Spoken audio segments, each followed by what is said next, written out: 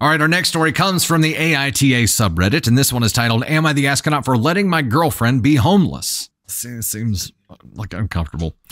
I started dating my longtime friend about 7 months ago, and while I've always had a crush on her and loved her personality, she has a recurring problem. She has a hard time finding or keeping a residence for long periods.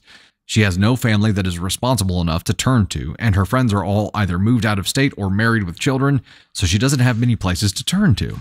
Not long after we started dating, about a week, she confessed to me that she was behind on her bills. Rent, car payments, to the point that she couldn't provide for herself. Being a longtime friend and now boyfriend, I helped her out by giving her $700 so she could write her sales. That helped until she fell ill and missed a week of work, so she would be behind on payments again. She suffers from a compromised immune system, so I wasn't going to hold that against her. I gave her another $1,000 to cover expenses so she could have more than enough to make up the upcoming payments and still eat. Then her uncle ruins the relationship between her and her landlord, meaning she only has a month to find a new place to live. She refuses to live with a roommate, and after a month, I convinced my parents to let her live with us in my room rent-free. Not long after she moves in, she quits her job. They were abusive to the point of law-breaking, and she looks for a new one, taking about a month or so to do that. I pay all of her costs at this time for another $600-ish. Then she lands a job at a chain coffee shop and needs a new wardrobe for the dress code. I front the bill for that and the makeup for about $1,000, including makeup and new clothes. She starts the job and is immediately harassed by staff for her short height, some not even helping her get things from high shelves. She then falls ill with COVID and misses more than a week of work. The coffee shop demands she take a leave of absence for some reason, but we decide she should look into getting her older job back. I pay her expenses now for another $700-ish, and she goes back to her old job. Now, after 4 months and able to make money, my folks want her to leave, having overstayed her welcome. But she doesn't want a roommate and wants to get a house with me, a goal I've been saving up for nearly a year at that point. Now she's living with a coworker until the end of the month and will be homeless after, unless I find and close on a house. She's upset that it isn't happening fast enough for her, but I feel like I've done a lot for her already, and she needs to square her rigging and find a place to rent with a roommate until I have saved up enough to buy a house. Am I the astronaut? Also, this guy definitely sails. Like, all of his analogies are sailing related here. Rider rigging and square sail, or yeah, square sails and rider rigging. Yeah. Dude definitely sails. Was brought up in that. So the question is, am I the astronaut for letting my girlfriend be homeless? He's in this. Let me try to do the math real quick. Okay.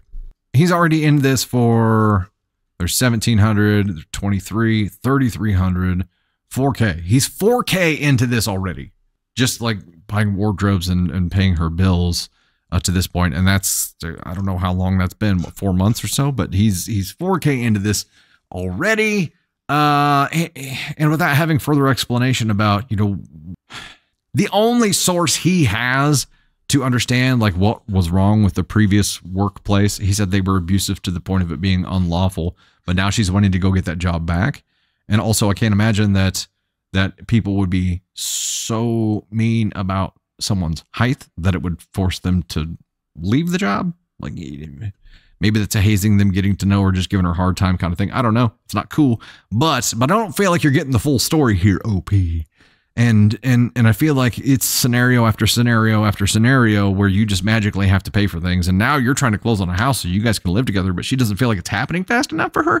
There's an escalation happening here, and it's dangerous. And I'm not saying that what she's going through isn't real and that that's a very, very difficult thing, but you have to accept that you are facilitating and probably enabling to a point this cycle of problems.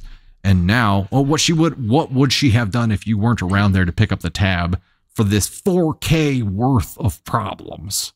At some point, you got to teach somebody to fish rather than just feed them, right? At some point, there has to be some independence that is learned here. And I think you have to look at yourself and say, am I just enabling a problem right now? Or am I truly helping somebody stand up? It's a hand up, not a handout, right? And I think if you can figure out a way to turn your caring for this person into a hand up rather than a handout, that would be worthy. Right now, you're handing out. And I don't know if that's gonna end well. It doesn't feel like it. Oh yeah, rent free at his parents' house for months, so we don't have a mathematical value to throw on that, but he's 4K into this and also that. Miss Helene, what coffee shop makes you wear $1,000 worth of uniforms? Well, makeup is included in there too. But that's a lot. That's a lot of money. How many, would you need 20 identical uniforms and makeup? Even then, like that's a lot. That's a lot, Elise, yeah. Wore out her welcome says a lot. They were probably watching their child, shell out 4K worth of money for this person and been like, yeah, she's worn out her welcome. She can't stay here anymore.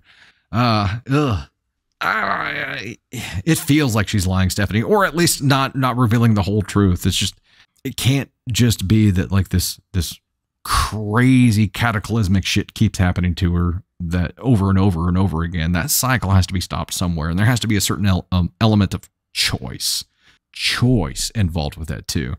A house violations, 5'2", and I can reach anything on the top shelf on my own. Independent, yeah. Constant victim. There you go. Overkill. That may be the way to look at it. If this person is a constant victim of the world and of life, and if that's the cycle that they found themselves stuck in, I'm sure that she truly believes that. I'm sure she truly believes that she is a victim of every single one of these situations. That's why that hand up instead of the hand out is so important, because otherwise it's a legit cycle. It's a cycle. I hope that the makeup that he bought was like the Johnny Rose makeup that he got for Stevie. It's like the big kit that's like way overkill, and she probably doesn't really want, but he thought he was doing a good thing.